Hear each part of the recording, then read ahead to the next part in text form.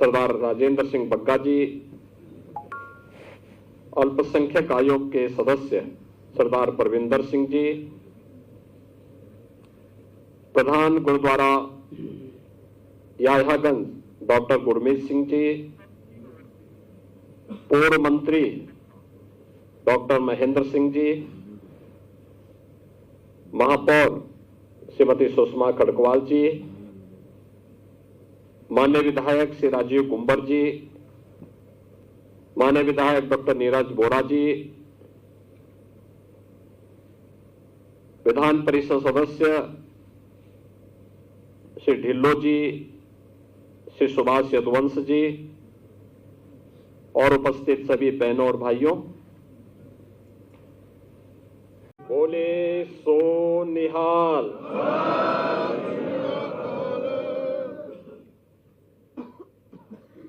वीर बाल दिवस के अवसर पर आज के इस पावन कार्यक्रम में उपस्थित प्रदेश के अलग अलग जनपदों से उपस्थित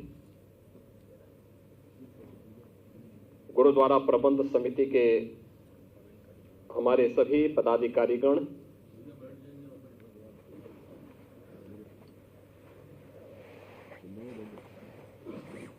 देश के सिख परंपरा के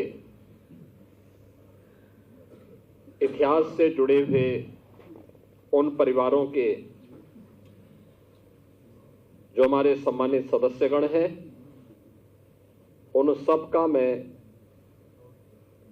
प्रदेश शासन की ओर से और अपने सभी सहयोगी उप मुख्यमंत्री श्री केशव प्रसाद मौर्य जी, श्री ब्रजेश पाठक जी, प्रदेश अध्यक्ष चौधरी भूपेंद्र सिंह जी, प्रदेश संगठन महामंत्री श्री धर्मपाल जी, पंथ भेद समाप्त होना चाहिए। पंच प्यारों से जुड़े हुए परिवारों के सदस्यों से अभी मैं यहां मिला, कोई हस्तिनापुर से, कोई पंजाब से, कोई कहीं और जगह से आया। याद करिए उस पीड़ा को गुरु गोविंद सिंह जी ने महसूस किया है। जातिभेद को समाप्त कर दिया। गुरुद्वारे में एक साथ लंगर में बैठते, एक साथ पंक्ति पंगत में बैठ करके सभी लंगर छकते,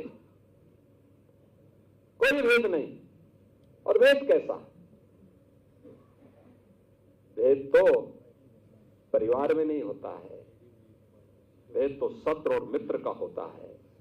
और सत्र और मित्र का यह भेद आज पहचानने की आवश्यकता है। देश और धर्म के लिए शहादत की एक नई कहानी लिखने वाले बाबा जोरावर सिंह, बाबा फतेह सिंह जी के प्रति अपनी श्रद्धा को व्यक्त करते हुए उन्हें नमन कर रहा है। यह हमारा सौभाग्य है कि 2019 में गुरु नानक देव जी के 550वें प्रकाश पर्व के अवसर पर इसी मुख्यमंत्री आवास पर जो समत कीर्तन का कार्यक्रम आयोजित हुआ था,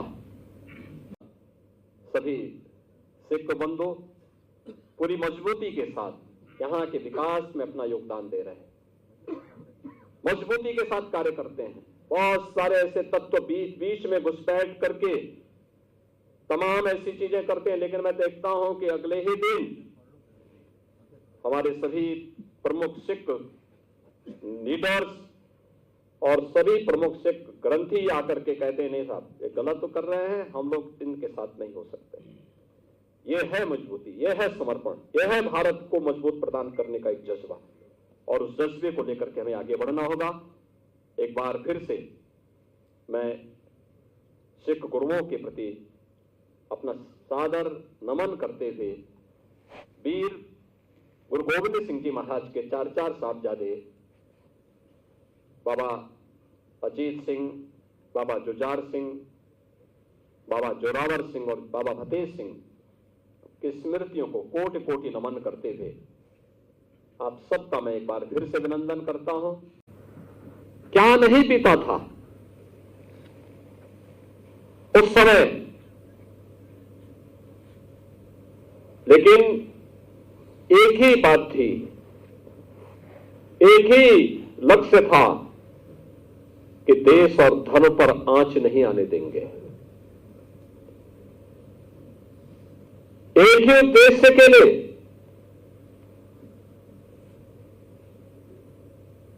गुरु गोविंद सिंह जी महाराज के 4 साहबजादों ने अपनी शहादत देकर के देश और धर्म की रक्षा की एक पक्की नींव खड़ी की। सिख पंथ की शुरुआत ही देश और धर्म के लिए गुरु नानक देव जी ने सबसे पहले बाबर के अत्याचार का विरोध किया था। कौन नहीं जानता है लाहौर में गुरु अर्जुन देव जी का बलिदान जहांगीर के अत्याचार से बचाने के लिए था। कौन नहीं जानता है गुरु तेग बहादुर जी के बलिदान को। उन्होंने अपना सिर दिया लेकिन भारत का सिर नहीं झुकने दिया।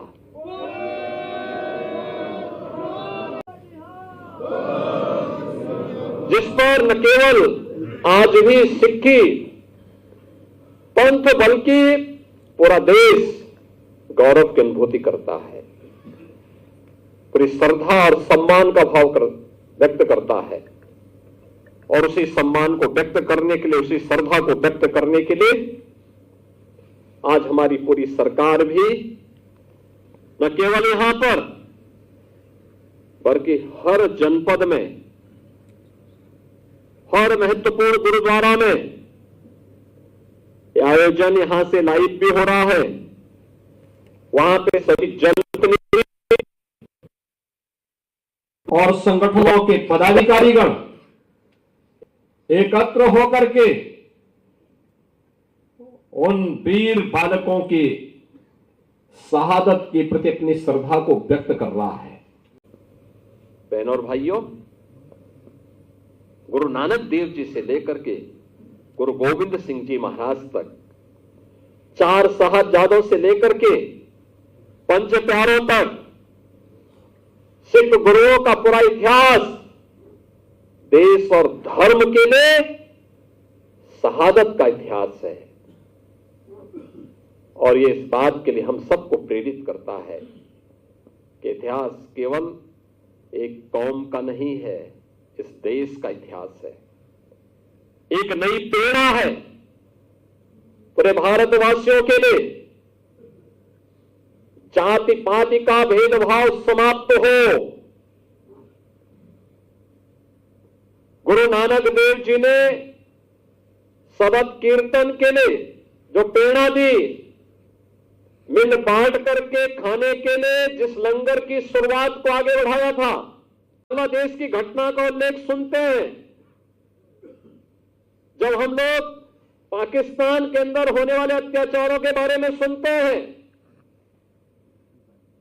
तब हमें सिख गुरुओं के उस त्याग और उस बलिदान का स्मरण बरबस हो जाता है।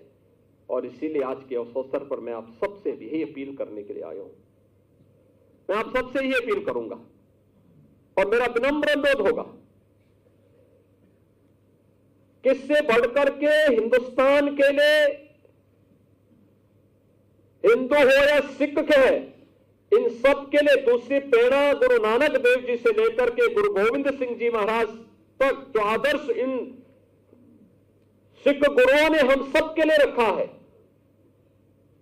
वही हम सबको आगे बढ़ने के लिए एक नई ऊर्जा देगा। उन्हीं का आशीर्वाद हम सबकी प्रेरणा है और अनवरत रूप से उसका अनुसरण आज भी हर गुरुद्वारा कर रहा है।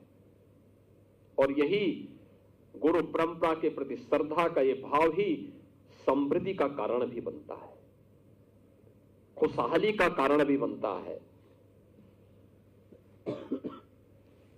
एक और इतनी समृद्ध परंपरा तो विपरीत परिस्थितियों में लड़ते हुए, जूझते हुए न केवल सिक्खी पंथ की सुरक्षा करनी, उसको सुरक्षित रखना है, हर हाल में उसको संरक्षित करना है, देश और धर्म के लिए भी एक आदर्श बलिदान की परंपरा को छोड़ करके हम सब के लिए एक नई प्रेरणा प्रदान कर दी।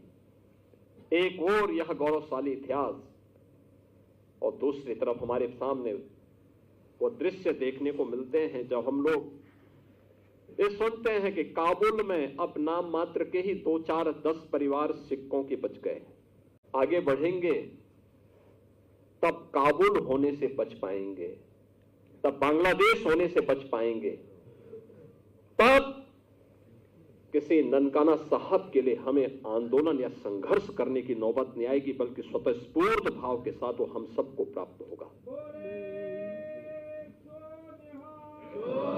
और इसीलिए आज हम सबको अपने मित्र और शत्रु को सही तरीके से पहचानने की ताकत हम सबको प्राप्त हो, इसके लिए हम लोग गुरु महाराज से प्रार्थना करें, ये ताकत वे हमें दें।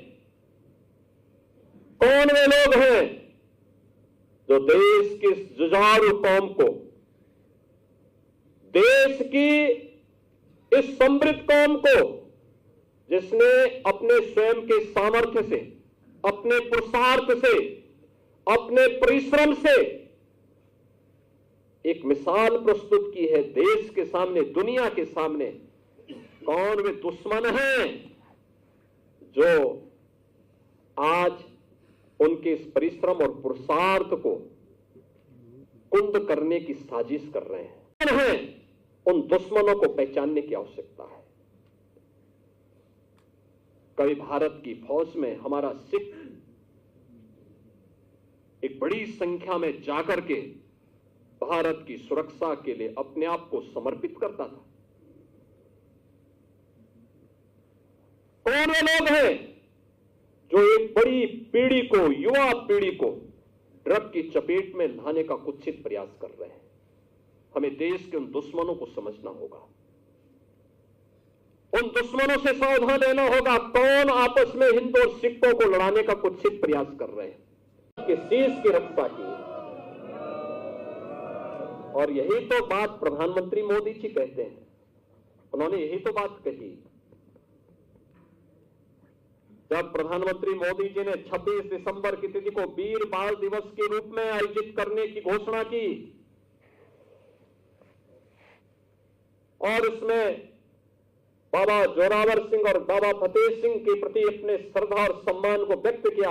कृतज्ञता इस दिवस को वीर बाल दिवस के रूप में घोषित किया, कृतज्ञता ज्ञापित करने का एक माध्यम हमें दिया। तब प्रधानमंत्री जी ने कहा कि हर भारतवासी को चाहिए कि उसका एक धर्म है और वह है राष्ट्र धर्म। पंजाब की परंपरा तो इतनी समृद्ध परंपरा थी। मैं यही सुरेश खन्ना से ही पूछ रहा था, वो कह रहे थे कि मैं धोखे से आके यहां मंत्री, सांसद, विधायक बन गया, अन्यथा मैं पंजाब में होता तो मैं भी सिख होता। ये परंपरा थी हर परिवार की, और उस समृद्ध परंपरा को लेकर के गुरु गोविंद सिंह जी ने खालसा पंथ की स्थापना के समय जो बात कही थी, वो बात आज भी हमारे लिए स्मरणीय होना चाहिए। याद रखना, उनकी बात, उनके वचन हम सब के लिए आज भी एक नई प्रेरणा है, हम सब के लिए एक आदर्श है। और इसीलिए एक और जहां हमें